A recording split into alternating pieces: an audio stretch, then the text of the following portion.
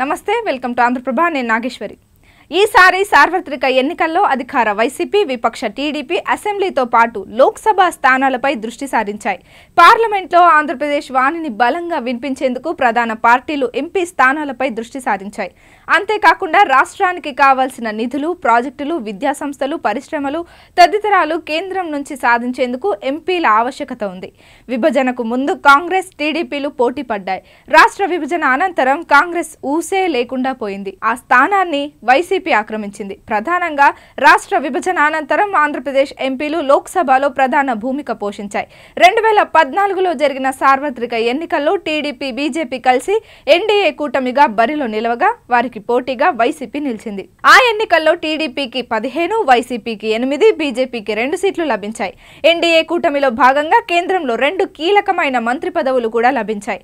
అలాగే రాష్ట్రంలో టీడీపీ అధికారాన్ని చేపట్టింది.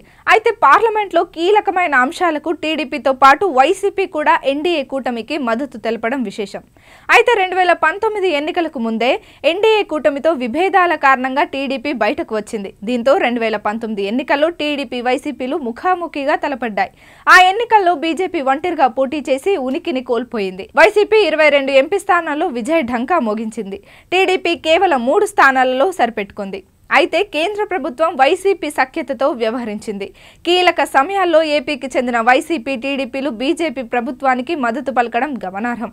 అయితే ఈసారి ఎన్నికల్లో రాష్ట్రంలో 2014 సీన్ రిపీట్ అయింది. ఈసారి ఎన్డీఏ కూటమిలో టీడీపీతో పాటు జనసేన కూడా చేరింది. ఈసారి ఎన్నికల్లో కూటమిలో టీడీపీ 17, బీజేపీ 6, జనసేన 2 స్థానాల్లో పోటీ చేయగా వైసీపీ ఒంటరిగా 25 స్థానాల్లో పోటీ చేసింది.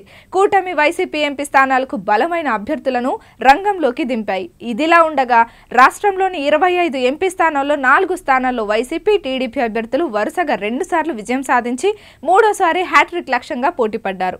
శ్రీకాకుళం లోక్సభ స్థానం నుంచి కింజరావు రామ్మోహన్ నాయుడు వరుసగా టీడీపీ అభ్యర్థిగా విజయం సాధించి ముచ్చటగా మూడోసారి బరిలో నిలిచారు. అలాగే విజయవాడ లోక్సభ స్థానం నుంచి టీడీపీ అభ్యర్థిగా వరుసగా 2 సార్లు గెలిచిన కేశినేని నాని ఈసారి వైసీపీ అభ్యర్థిగా పోటీ చేయడం విశేషం. అలాగే కడప నుంచి వైఎస్ అవినాష్ రెడ్డి, రాజంపేట నుంచి పెద్దిరెడ్డి మిథున్ రెడ్డిలు వైసీపీ నుంచి వరుస విజయాలను సాధించి మూడోసారి బరిలో ఉన్నారు. ఈ నలుగురు వరుస విజయాలు సాధించి మూడోసారి కూడా గెలిచి హ్యాట్రిక్ కొట్టాలని లక్ష్యంగా పెట్టుకున్నారు. అయితే ఈసారి వారి లక్ష్యాన్ని నిరోధించేందుకు అధికార వైసీపీ, విపక్ష టీడీపీలు బలమైన అభ్యర్థులను రంగంలోకి దింపాయి. ఈ నెల 13తో పోలింగ్ పూర్తయింది. హ్యాట్రిక్ పై గురిపెట్టిన ఈ నలుగురిలో ఓటర్లు ఎవరి ఆశలు నెరవేరుస్తారన్నది ఓట్ల లెక్కింపు జూన్ 4 వరకు వేచి చూడాల్సిందే. ఉమ్మడి కడప జిల్లాలోని రాజంపేట ఎంపీ స్థానం నుంచి చిత్తూరు జిల్లాలో రాజకీయ చక్రం తిప్పే మంత్రి పెద్దిరెడ్డి రామచంద్రారెడ్డి తనయుడు మిథున్ రెడ్డి రాష్ట్ర విభజన అనంతరం జరిగిన 2 ఎన్నికల్లో వైసీపీ అభ్యర్థిగా వరుస విజయాలను సాధించారు. మిథున్ రెడ్డి లోక్సభలో వైసీపీ సభాపక్ష నాయకుడిగా వ్యవహరించారు. ఆయన మూడోసారి హ్యాట్రిక్ ను ఛేదించేందుకు ఎన్డీఏ కూటమి, బీజేపీ అభ్యర్థిగా ఉమ్మడి ఆంధ్రప్రదేశ్ కాంగ్రెస్ చివరి ముఖ్యమంత్రిగా వ్యవహరించిన నల్లారి కిరణ్ కుమార్ రంగంలో దిగారు. కాగా ఆయన సోదరుడు కిషోర్ కుమార్ రెడ్డి టీడీపీ పీలేరు అసెంబ్లీ నుంచి పోటీ చేయడం గమనార్హం. ఈ స్థానాన్ని కైవసం చేసుకుని హ్యాట్రిక్ కొట్టాలని ఒకవైపు మిథున్ రెడ్డి ఎలాగైనా గెలిచి పెద్దిరెడ్డి కుటుంబానికి రాజకీయంగా చెక్ పెట్టాలని కిరణ్ కుమార్ రెడ్డి ప్రతిష్టాత్మకంగా తీసుకున్నారు. కిరణ్ కుమార్ రెడ్డికి మద్దతుగా ప్రధాని మోదీ కూడా ప్రచారం చేయడం ప్రాధాన్యతను సంతరించుకుంది.